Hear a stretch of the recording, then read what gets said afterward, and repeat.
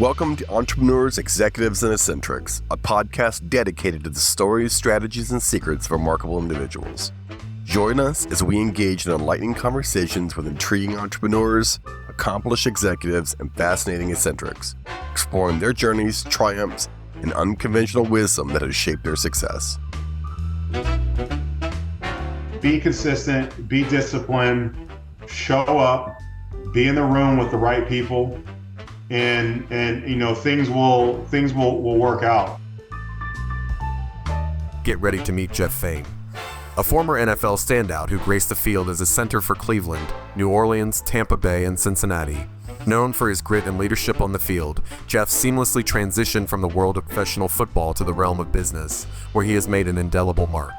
As a successful entrepreneur and investor, Jeff has leveraged the discipline and teamwork skills honed during his athletic career to excel in the business world. His ventures span real estate, private equity, and philanthropic efforts, reflecting his commitment to creating lasting positive impact. So I would like to kind of start just kind of high level early career. I'm not a football fanatic. I think like a lot of the people that maybe that you've talked to in the past, I'm kind of a stats guy. You know, the average career in the last 3.3 years, you've been in for 10. Divorce rates through the roof. You've never been divorced. Bankruptcies through the roof. Never been bankrupt. And I love all this kind of bucking the trend to kind of maybe your kind of brethren. So maybe we could start with your career if that's okay with you, and we kind of move from Notre Dame on. What are your thoughts? Yeah, a big part of a lot of the life decisions that I made along the way, and kind of, I think, setting myself up for as much of a potential positive outcome with life, with finances, with career, that all had to start with my foundation and how I grew up and how I was raised, and that really all comes from my parents. I made the early decision very early on in my career when I was going in as a professional, is that I wanted to wait until I was done playing football to get married. I wanted to wait until I was done playing football to have kids. A big part of that is I wanted to be able to be there. One of the downsides about professional athletics is that for your family, for the folks around you, for everybody involved in your life, their life revolves around you. And I don't think that that's very fair when it comes down to it. It's the reality of the situation at the time, but putting myself in their shoes, like, I wouldn't like that. And that, I think, causes rifts, it causes issues, it causes problems in relationships. And, everybody has their desire of what they want, their goals, how they want to be able to live their life. And no one wakes up saying, hey, grows up, I want to be so-and-so's boyfriend, girlfriend, and that's how I'm recognized. Right. And so I think a big part of the issue that comes along with athletics, for right or wrong, you have to dedicate a lot. You have to dedicate a lot of your life, a lot of your time, a lot of your energy. It takes a lot if you want to be really good at it. And really that can certainly relate in other aspects of life where you talk about business and talk about different things. But specifically with professional athletics, there's no, hey, let me take a time out and I'm going to go, see my kids off to school today for the first day of school. It just doesn't happen. And so I think that was a big part of my decision-making was, I'm going to be selfish during this period of my life, like extremely selfish. I'm going to put myself first. I'm going to do all the things that I need to do to be prepared and ready to play football. And that's going to make everything else, including my relationships, including my friendships, including a love life or whatever it might have been at the time, that's going to be a far distant second. And I recognize that. And so I think that those things and preparing mentally for that and approaching it that way helped me realize that, hey, this is going to be great at a time in my life. It's not today. And I think that that's the reason why I've kind of overcome those statistics, at least on the relationship aspect of it. And, the career piece, 10-year NFL career, I think a big part of that was I played a position that if you're pretty good at it, you can play for a pretty long time as an offensive lineman. Enjoyed the heck out of it. Had a lot of great teammates, had a lot of great run, played in London twice, did some really special things, saw a great city like New Orleans come back to life right in front of my eyes after Katrina. That it's in itself was a great journey, but it's a chapter, right? It's a chapter. But the thing is, it sounds like you were kind of designing your life from the very get-go to have the foresight, right? The wherewithal to say to kind of put off those other things and devote everything to this one sport, right? Yeah. You were designing that from day one to not make those decisions kind of early on. How did you get that? Where did that come from? Yeah, it came from my parents, and not because they were some experts in managing a professional athlete's life. It was actually quite opposite, where growing up, speaking about professional athletics, that just was not a conversation we had. That was not allowed. It was that is some far distant dream, and that's not the reality. You're playing sports because you enjoy playing sports. You can't play sports if you don't do good in school.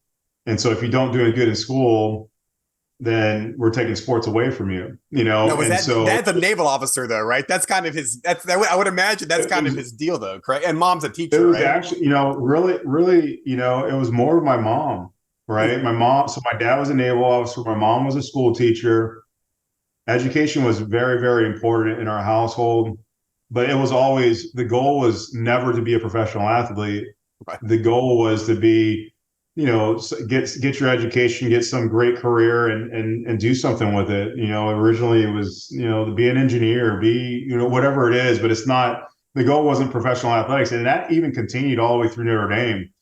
So even at Notre Dame, even when I was there, I remember second year I started starting and everything. We, were starting to get some recognition, and still it was never, hey, let's focus just on this. And then we really didn't buy into it, frankly, until probably my last year playing there, where, we just stayed humble with it, it can go away at any time. You can have career-ending injury. That was always in the back of my mind. Get your education, and figure out, your path, continue to, that idea and that kind of way of mindset stuck with me, even when I was a professional athlete, even when I was in the NFL. Like this could end at any time. So take advantage of it while you can, but let's put the other pieces in place, and we'll get to these others aspects of your life that certainly might be important for you at some point. But today it's not, tomorrow it's not, right? And so the beautiful thing about professional athletics is that you're doing what you love. You're doing it at a very young age. A lot of the folks around you on your team are going through a lot of similar things that you're going through. But when you're done, you're still a young person. You're still a young man. You're still, if you're a woman, you're still a young woman coming out of professional athletics. You still have a tremendous amount of life in front of you. And so that's the perspective that I always approached it with. I do want a family one day, but I don't want my family to not have me when I think it's important for me to be there. So let's wait and let's have some discipline with that. And we waited, and my wife and I, we got married. We dated for the longest time. We dated for 8 years while I was playing in the NFL. I told her from the very beginning I wasn't getting married while I was playing. She stuck with me, but when I decided to retire, she's basically, all right, I've stuck around long enough. I'm done. It's time for us to get, to take it to the next step. And that was it. A year and a half after I retired, we got married. A year later, we got kids. We had our first kid. So it was all by plan. It wasn't by accident. A lot of that was all by plan. And it was all about being conscientious about the fact that, for me, I didn't want to I knew that I could not be selfish when that part of my life, when it was time for that part of my life. Now, were you aware of these kind of trappings and dangers when you were playing? I mean, you had heard of other players. Maybe there's the one guy that they down on the street, right? He played in the NFL for years, and he was homeless, right? Have you heard some of these other crazy stories of from wealth to poverty while you were in? Were you scared of those kind of things early? Yeah. It's certainly. I mean, they were doing some things, beating it into your heads, very early on about the financial aspect of it. not necessarily what we just talked about, the relationship aspect of it. I don't think enough time, frankly, is spent on that with younger professional athletes, and for them to be able to understand and focus on, how much it's going to take for them to essentially put everything in the back seat of, the rest of everything in life in the back seat for the short period of time that they're playing professional athletics.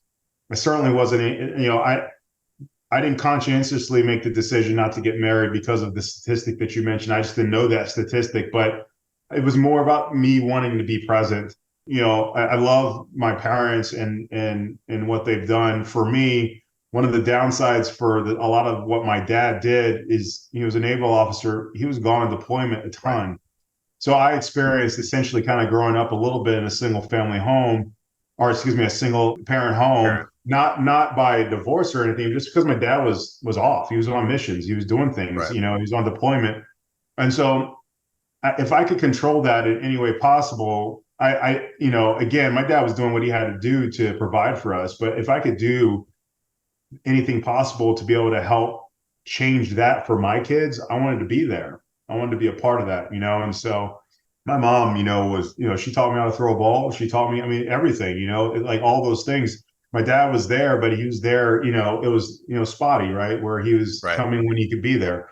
And so they made the decision early on that my mom was going to stay home and he was going to just, wherever he had to go, he had to go. We weren't going to go. We just stayed. I grew up in Hawaii for the first 10 years of my life. And so that was it. Right. So, okay. So you and I we've had a handful of interactions over the years. And every time we talk, I get this overwhelming sense of you're a good human. Like I get this sense that you have very good moral compass. I get the sense that you're measured, but you're always very kind of positive and upbeat. And I always dug that about you. But so that transition between the NFL year 10, right? And I think you were at the Bengals, right? And then that you get out, and then you have this kind of you bought a bunch of establishments. And always, for whatever reason, it's really fascinated me. And I kind of want to talk about what did you do when you got out? What was the first kind of career move you made when you got out? Well, interesting enough, Scott, is I actually got started when I was playing. So what? Yeah, so my third year in the NFL, we opened up our first restaurant. And really, so I was out and about a ton as a young professional athlete. I mean, you're just out, young guy, you got money, like you're in the off season, you're not in the season, and you're just enjoying yourself.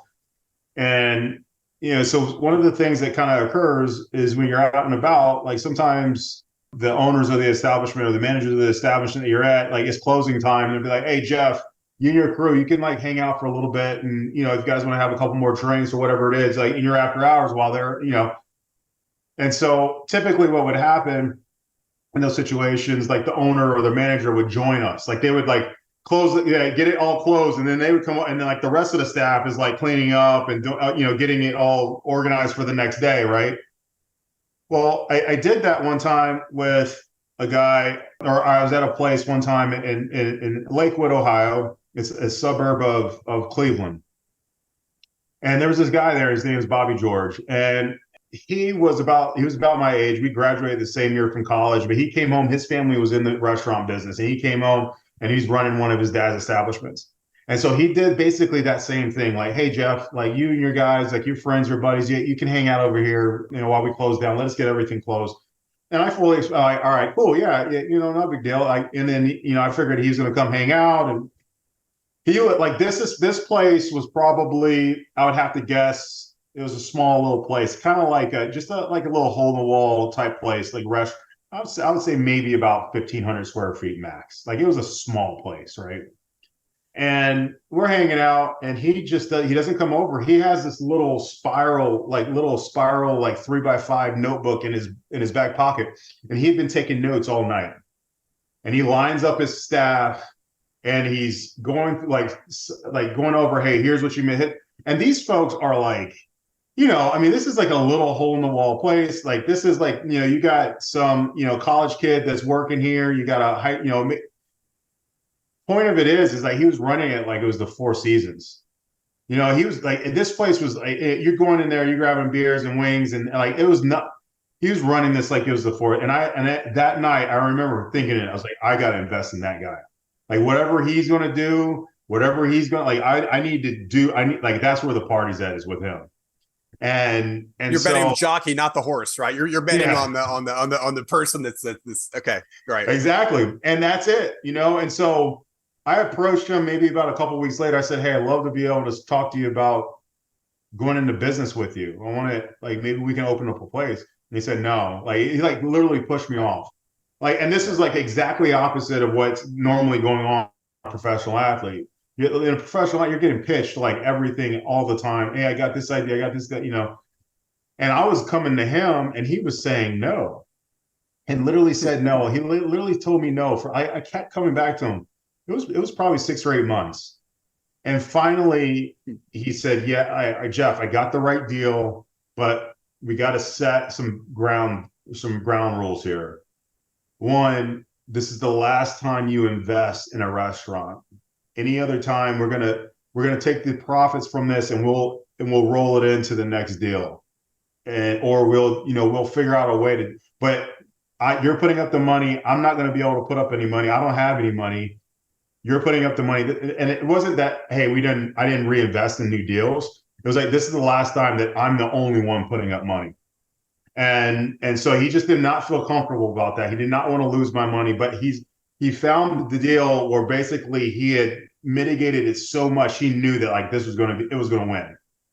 And so we opened up our first place in Akron, Ohio, 3 years into my NFL career.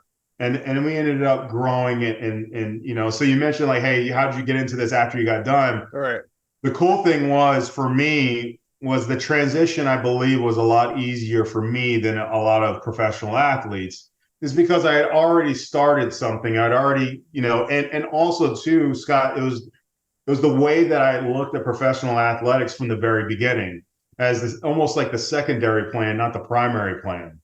And so for me, like, it was like, I'm not going to, BS you and say it didn't bother me that my career was coming to an end and that it was over and then I couldn't play football. It certainly did. I mean, it was tough. It was very, very tough mentally. I mean, it's something that was such a big part of my life.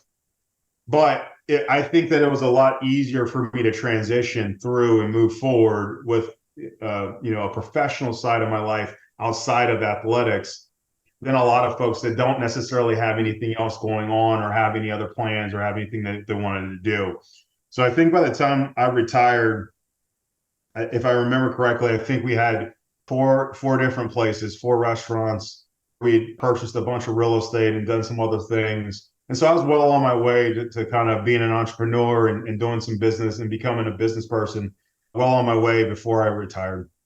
Do you think that business partner helped shape how you run business? Like, was that 100%. Just the right person at the right time?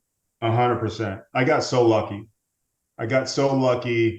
From the standpoint that I invested in the right person.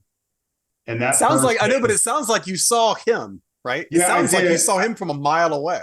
I did, but at the same time, you're very kind of moldable person at that time. You could very easily have like been fooled. Like I didn't have any pedigree on recognizing great businesses or great business people or great skill sets or fraud. I saw one little thing one night late that just, I was like, man, like this guy just does it. Like, and if I didn't have the experience of the rest of the managers and the rest of the owners that just did it completely opposite, I wouldn't have had a real canvas to be able to say, oh, this just looks a lot different than that, And so I got lucky. I ultimately kind of I bought into my gut instinct on this. But beyond that, like as good as of a partner as I thought he would be, I can't describe how much exponentially a better partner that he was and is. We're still partners today. And so he is a really great person. And I owe a ton to him because he, like, I was an arts and letters major and I was a liberal arts major in college. I wasn't a business major. And so a lot of the business aspects of my life, I learned essentially kind of quote unquote on the streets in real life.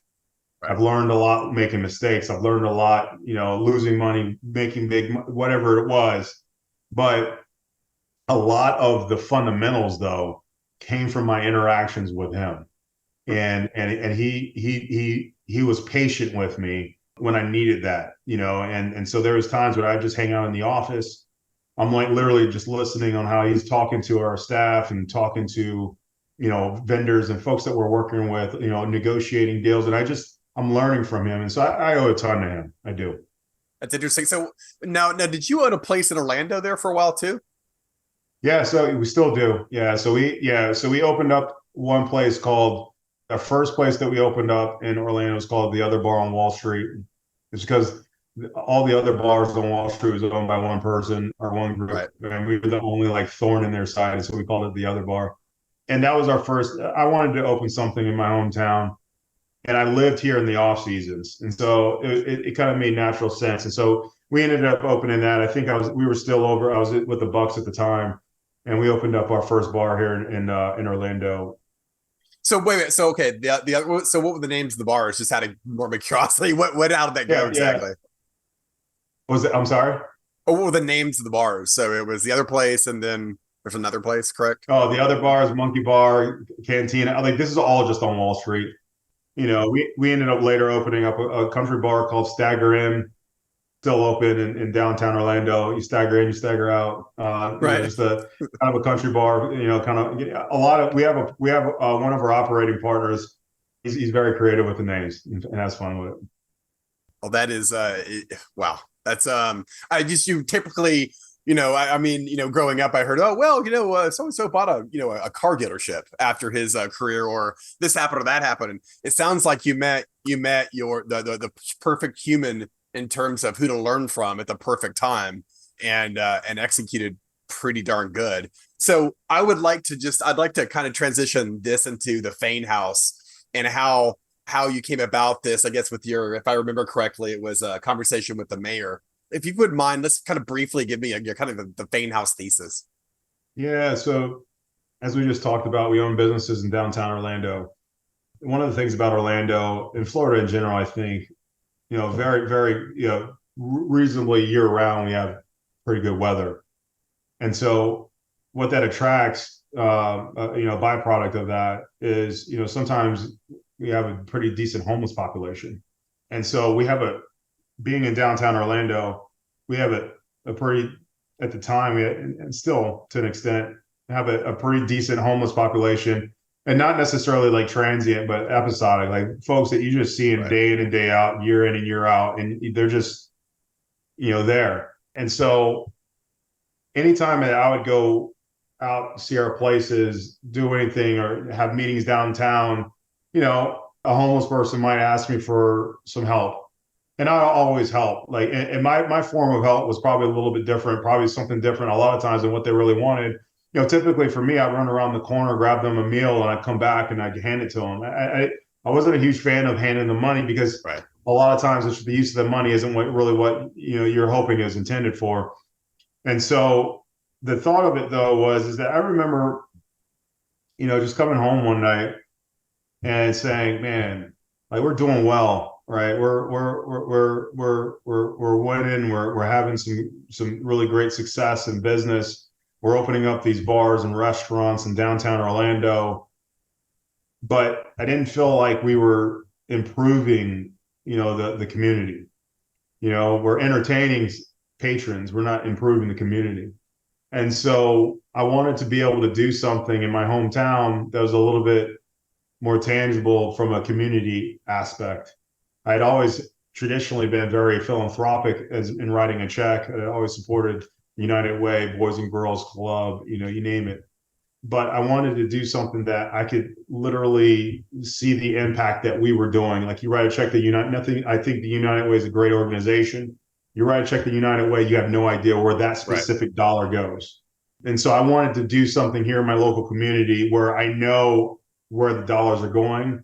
I know that it's impacting so-and-so, so-and-so, and so-and-so, and we're seeing, their life change. And so the original idea was I thought that there might be a homeless person, 2 or 3 or whatever it may be, that just made a bad decision in life at some point, and it just snowballed, right? They just didn't have a chance to recover. They didn't have a chance to just catch their breath, to hit the reset button and really start to kind of improve their life and kind of turn it around.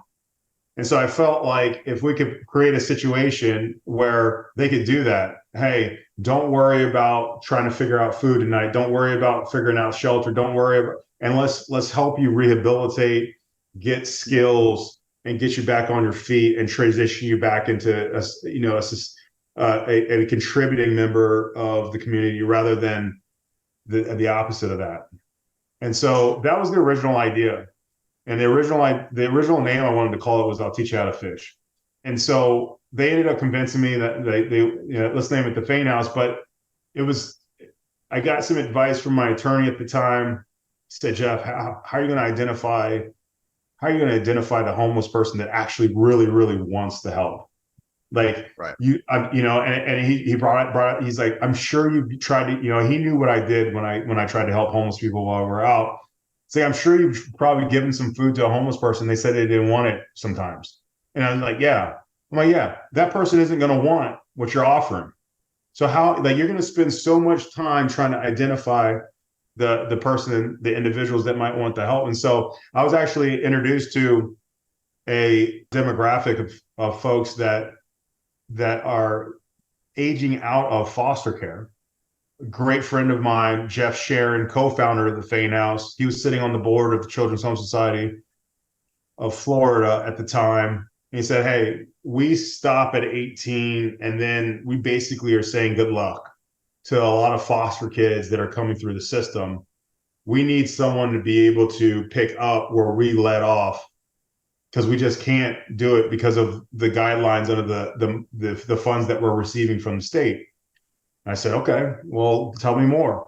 And I ended up learning that 2 out of 3 experience extended homelessness in the first 2 years. Kids aging out of foster care, Tri-County area in Central Florida, 400 a year. 2 out of 3 are in extended homelessness, 2 weeks or more. 1 out of 3 are incarcerated. So the first number drives the second number. They just basically start doing what they got to do to survive. And so for me, I looked at it as I don't have to identify who's going to become homeless. 2 out of 3 of the folks that we're going to touch here, they're on that path. So let's get in front of it and be proactive. And so that's ultimately how the Faine House came about. We started educating our local community on kids aging out of foster care. Like no one even knew what the heck we were talking about. Like, what are you talking? Like, just as no one put any time to even think of what happens to foster kids after they turn 18. And so that was a big turning point for me, where we were able to identify a very specific demographic that we knew that we could impact in a very positive way. And so from there, we actually ended up partnering with Children's Home Society of Florida. Initially, we were a program of Children's Home Society of Florida. That was also the attorney that was giving me the advice in the first. That was also his advice. Hey, partner with a large organization. Like, you don't want this liability. You're still playing ball. You're still focus on ball and allow the professionals to be able to do this. And so we were a program at Children's Home Society for years, and then we ended up divesting down the road. But doors have been open over 10 years. We raised money on an idea for 4 years.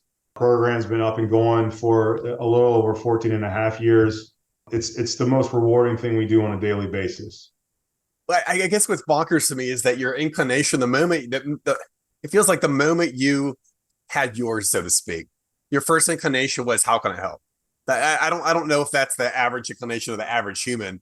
I guess that's one of the many things that kind of makes you rad, right? Is that your first inclination was, how can I pull up, right? How can I pull someone up, which is that's fantastic. Okay, let's go transition over to the book. Let's kind of what is the kind of the thesis of your upcoming book?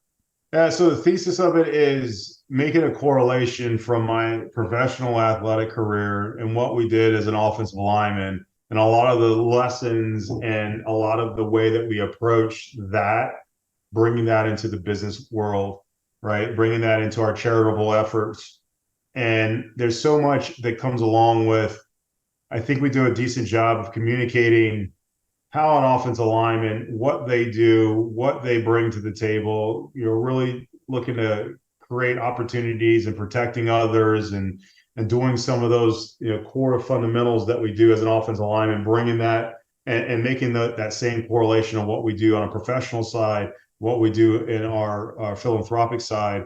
And so it's a great, I think, I say, in the book, it's, the world would be a much better place if there was more offensive linemen in the world. As an offensive lineman, you're not doing it for the credit. Your name's not called unless it's called for a penalty. You're not getting touchdowns. You're not throwing passes. You're not catching passes. You're blocking for people. And again, the only time your name's called is when you get called for holding or you go offsides. False start. And so you have this approach to the entire situation that you're just laying it on the line for someone else. And that's what I've been able to do. And some of those lessons that I've learned of being able to bring that into the business world. We talked about the hospitality industry and what I do there. That's really, not even my day job. That's, we certainly have folks that operate that on a daily basis. I certainly, throw my 2 cents in where I can and where I can be helpful. But those are well-oiled machines that I appreciate the benefit of having great folks in the positions to run those. Where my daily business and what I do is I help folks be able to create efficiencies with different types of assets, one of them being a life insurance policy. And so we have a firm that specializes in protecting and making opportunities for others. Again, what come back to as an offensive lineman and the connection that we do there. And then what we've done with the Faine House in creating, we're certainly protecting and creating opportunities for those young folks. And so that's the overall thesis of it. And it's really the point that we look to try and make is that you don't have to be an offensive lineman in the NFL to have that type of mentality.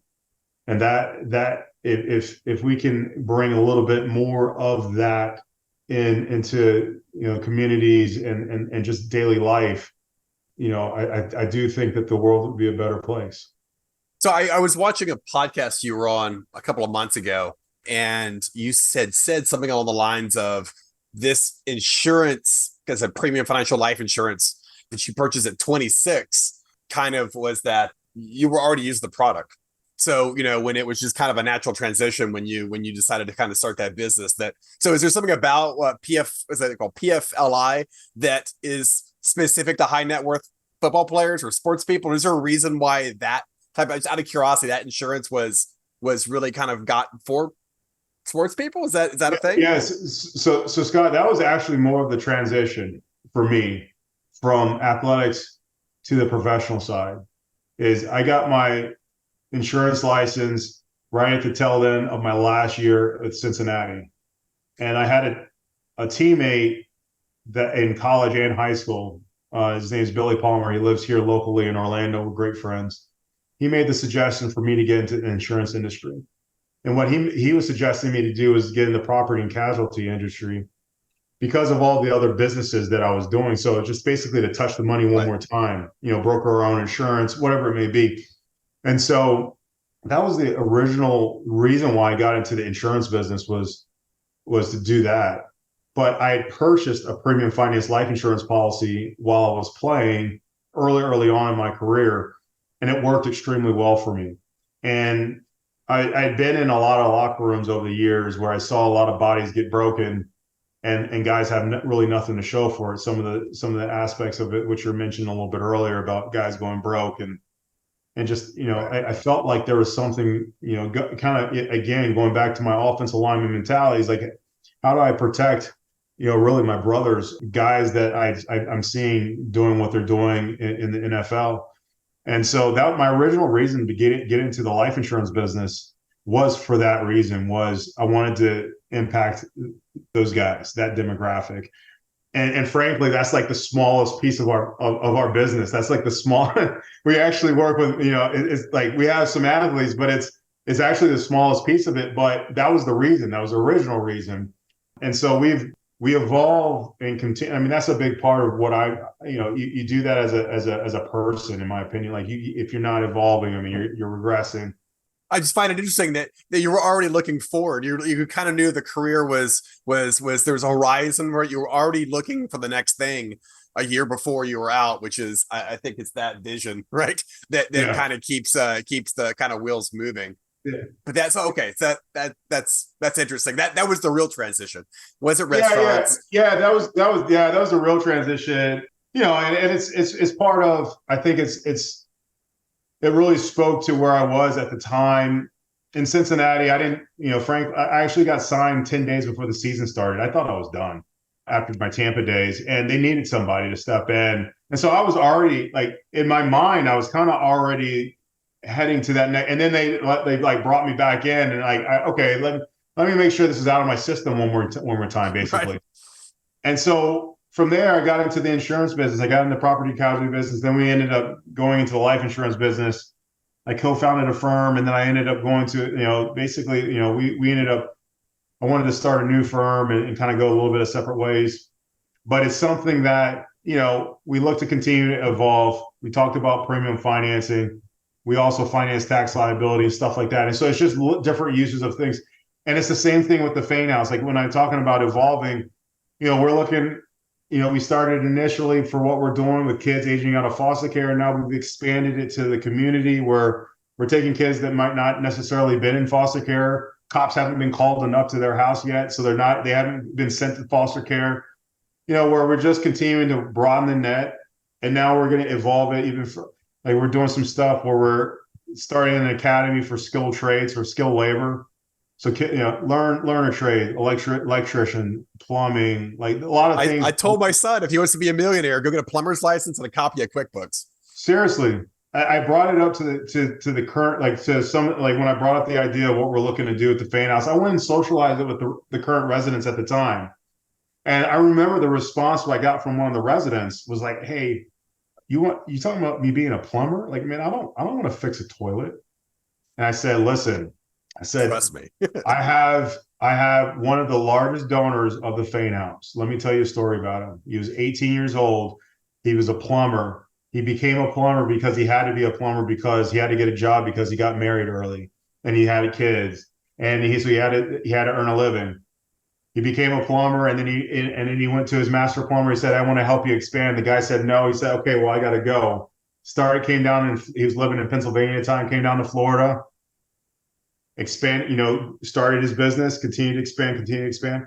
I said, the guy started at 18. He's probably in his early 60s now. He's got over 2,000 employees, has 2 private jets. He started by changing toilets. It's like, so that, get on board. And I explained that to him. Right. And I was and it's like they could almost disbelief, but that's true. You're always going to have a job. You're always going to have work. If you got that, they can't take those skills away from you. And so that's part of our message. And what we're looking to do is, there's a labor shortage in the United States. If we can do something about that too, by training young people, exposing them to different careers and a different approach. It doesn't have to be traditional college. I'm a fan of traditional college, but I'm also a fan of learning a trade, a skill. And so we're continuing to evolve and continue to look to, just protecting others and creating opportunities. Glorious. Okay, so last question. Any advice for 26-year-old Jeff?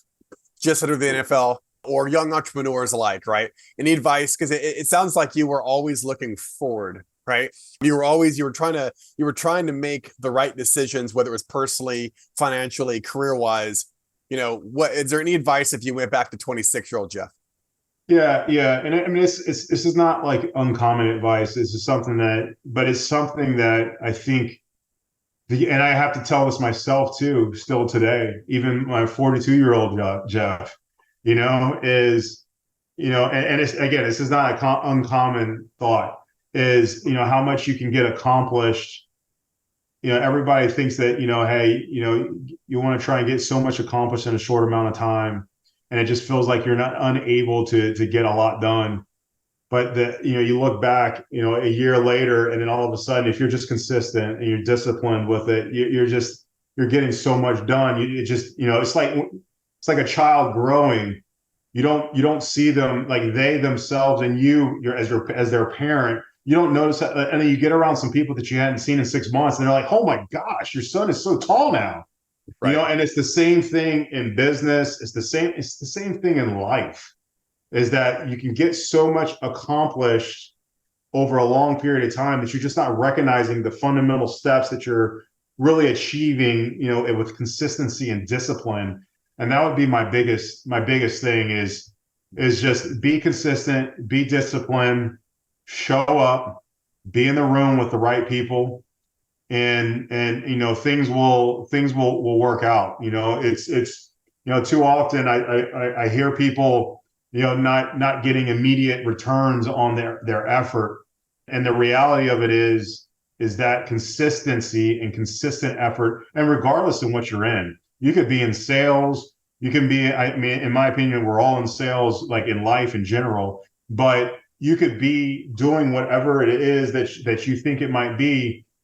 If you don't have that consistency, if you don't have that discipline, if you're not in the right room, if you're not showing up, if you're not rubbing elbows with the right people and really taking an interest in them, you know, those are all that's the thing I tell my kids every day is, you know, is those things. And, you know, and that's going to be what hopefully gets them ahead in life. And that's what I'm going to continue. I'm listening to my own advice now. You know, we're building businesses, we're doing things, we're expanding, we're doing, and for me, it's not quick enough, you know, and I tell myself it's not quick enough, but I have to remind myself, like, you know, look back at what we were 3 years ago, and it's completely different than it was now, you know, and so you just got to stick with it.